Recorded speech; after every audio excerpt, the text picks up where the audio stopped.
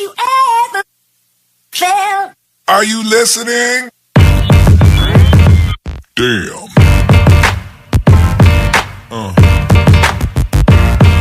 Yeah. Yeah. In the name of Allah, the Beneficent, the Merciful, I bear witness that there is no God but Allah. We believe that Allah intervened in the affairs of black people in the wilderness of North America in the person of Master Farrakhan Muhammad, the long-awaited Messiah of the Christians and the Mahdi of the Muslims.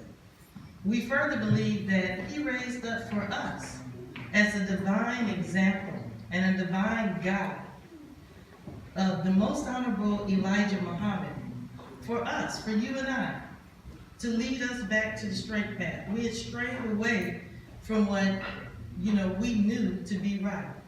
We had started following a foster parent called the Caucasian, the white man. We also know him as the devil. Come on. And he taught us in his ways. And so we started becoming like our foster parents. And so God had to intervene in our favor. Not only was he a foster parent, he was an evil and a wicked foster parent that beat us. Just imagine you lost your parents and you've been sent to a foster home. And the foster parents, they only had you because of the money that they were getting every month. But they beat you. They abused you. They raped you. That's the kind of parents that we had in the white man. Come on. And so Allah had to come himself to raise us up. That's right. But what he did is that he left for us one who had been under the circumstances like we all have been under in America. His parents had been, and his grandparents and his ancestors had been raped, had been robbed, had their names taken away. He didn't know who he was when God found him. He called himself Elijah Poole. Okay?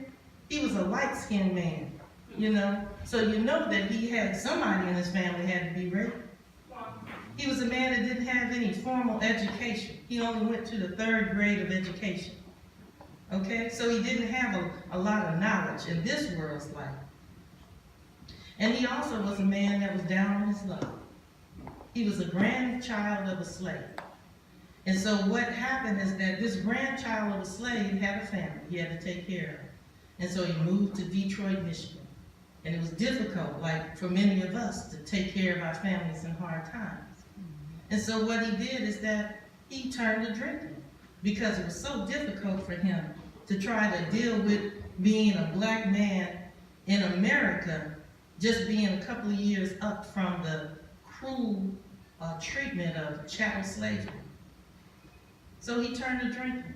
And so when he went to this first meeting and found this man talking, about the measurements of the earth, telling him that he was a God, waking him up to the knowledge of himself, he came back to himself. Just like I hope many of us do today. We come back to ourselves when we hear this truth. And so that one is the most Honorable Elijah Muhammad. He made him into a God, like himself. The most Honorable Elijah Muhammad ran from Georgia, where he saw one of his friends that was lynched, hanging on a tree. Just imagine you just walking down the street, and you see somebody that you knew, that you grew up with, hanging from a tree. And you know that your open enemy had done that to him, and he would have no problem with doing that to you. Think on that. And they're still hanging people today, both physically and even in the public's eye. It's called a high-tech lynching. They're doing that to black men and women today. So this man, Elijah, he ran to Detroit, Michigan, had a very difficult time, but Allah made him into a God. He literally took somebody that had this experience and turned him into himself. That's right. Just think about this, 1930, 1931. This man is speaking out against the government. And he survived. Right. You know what they're trying to do today. Think about, I just want to put this in perspective. Kevin Hart, he was asked to host the Oscars. He had said something on social media. Now he's a comedian. Comedians say anything. That's right. And they wanted him to recant what he had to say. And he went and said, I'm sorry. I'm sorry. To the point that he said, I'm not going to say it anymore. I've said what I had to say, and that's it. Most Honorable Louis Muhammad, they never bow. Never. That's right. Think on that. Never. What type of black man can stand in the face of Satan and not bow, except you be a God? It don't take much. So what I'm saying to you, that these teachings that you will hear coming over the rostrum, if we take them and we apply them to ourselves, they can make us like that too. Come on, Yeah. bro. We're looking at one today, the Honorable Minister Louis Farrakhan, who is the one that the Most Honorable Elijah Muhammad left in his seat. That's right. That's being, the enemy is trying to hit them with their best shot to take him down. And it's impossible. Come on. Right. They have everybody and everybody mama, as we say in the South, trying to come against the Honorable Minister Louis That's Farrakhan. right. I don't know if you all watched the news lately, but they have him all over the news now because they want Tamika Mallory and all the women that are the leaders of this women's movement, women's march, to recant or their support for the minister or denounce the Honorable Minister Louis Farrakhan. Now just think about it, and they're saying, no, we're not. Just based on the association with the Honorable Minister Louis Farrakhan, they're getting strength. Come on. You know, there are other people that, President Barack Obama, Hillary Clinton said, do you denounce Minister Farrakhan? And he tried to dance around it as long as he could till he had to say, yeah, okay, well, I denounce him. So just your association with this man is giving you strength. Like I say, if I can only touch the hem of his garment. And I just want to submit to all of us that if we just but touch the hem of his garment, we can be made into like him, made into a God. And in their three great names, I want to greet you with the greeting words of peace. Assalamu alaikum. That's one of those Minister Farrakhan openings. Oh, praise is due to Allah. Well, I don't plan on being long. You know, that's a plan. I'm going to try to stick to it. But I just really wanted to share with us something from the heart. It's been an interesting period since the beginning of 2019. Very, very significant year in our history.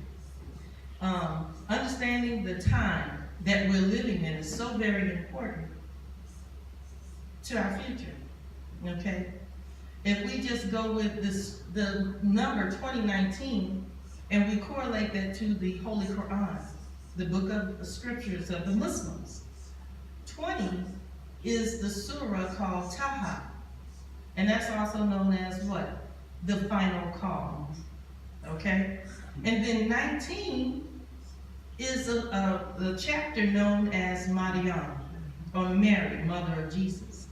These are two very significant numbers. Not only that, according to the history of this world, they said that black people were brought over here from Africa in 1619.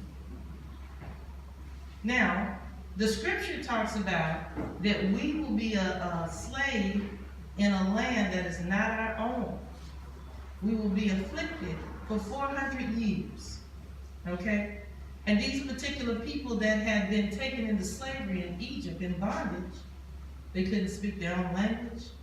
They were taken away from their own land. And we know that that book of scripture called the Bible is prophetic. It's speaking of the people that are to come. Right. And nobody fits the description better than the black man and woman in America of those people that we call the children of Israel. We have now been in America under bondage for 400 years.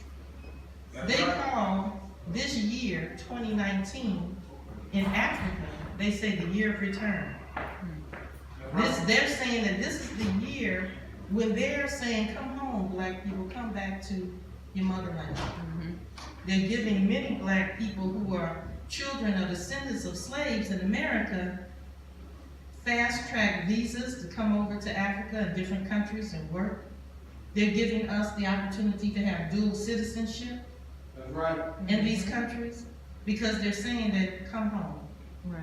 You have fulfilled the prophecy of 400 Right. years of bondage. Now it's time for us to return to our own.